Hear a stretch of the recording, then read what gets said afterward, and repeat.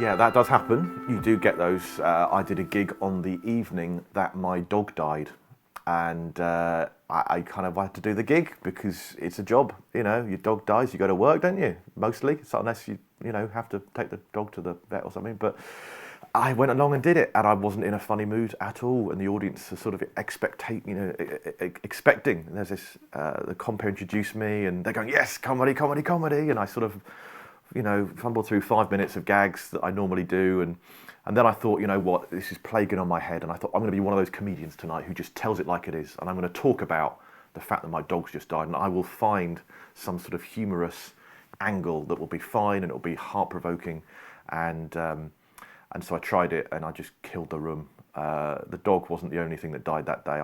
My act did as well. It was awful. It was people would just look at me like, this isn't what we've come for, just hearing about your Labrador who's now been put down. So that does happen, and so you've got to get over that and just kind of think that they're there for a laugh. But I suppose there are occasions like, dogs, where you just think, cancel the gig, probably.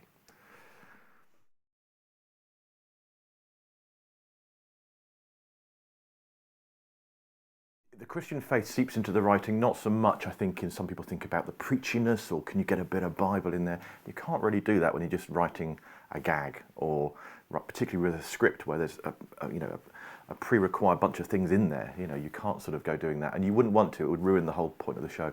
But I think that's in the same way that most people's working lives, you think whatever you do, whether it's you work in insurance, you work in a shop, Christians don't seep into those jobs a little bit of gospel here, a little bit, but you try and be the best person you can. You try and live a godly life, and I think that's more the way you can generally try and do it.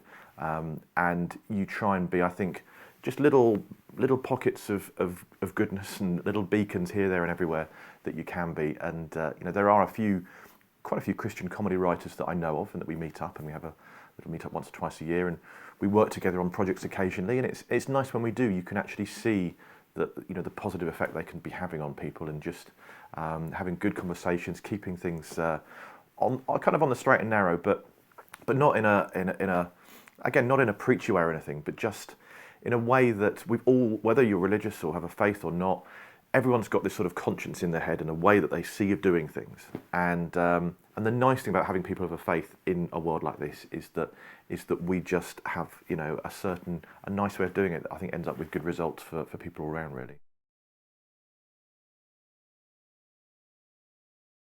I think comedy and faith, I think they sort of need to mix a little bit, because I think all people of a faith, Christian, Muslim, we're all accused of taking ourselves a little bit too seriously sometimes, and we're called to be part of the world and be in the world, and we need to do that. We've got to rub up against people in society, and we've got to be there at the coalface, really. And if we seal ourselves off and have this sort of too serious exterior, I don't think that really helps people. And also, we're joyous people. We're meant to be having a joyous life and a fun life, and I think it's important to laugh about things as well.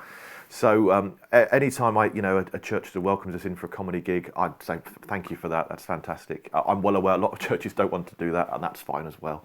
I do know of people who've emailed churches in America saying, "Oh, I'm a comedian, I'm coming to your place, can I do a gig in your church?" And they have had a fire and brimstone reply saying, "How dare you even consider you can bring comedy into God's holy temple?" And they sort of said, "We just wanted to use the church hall, but don't worry about it." And so I think, no, comedy, laughter, put it all in there. There's laughter in the Bible. Sermon on the Mount is it's a preaching, it's a lesson.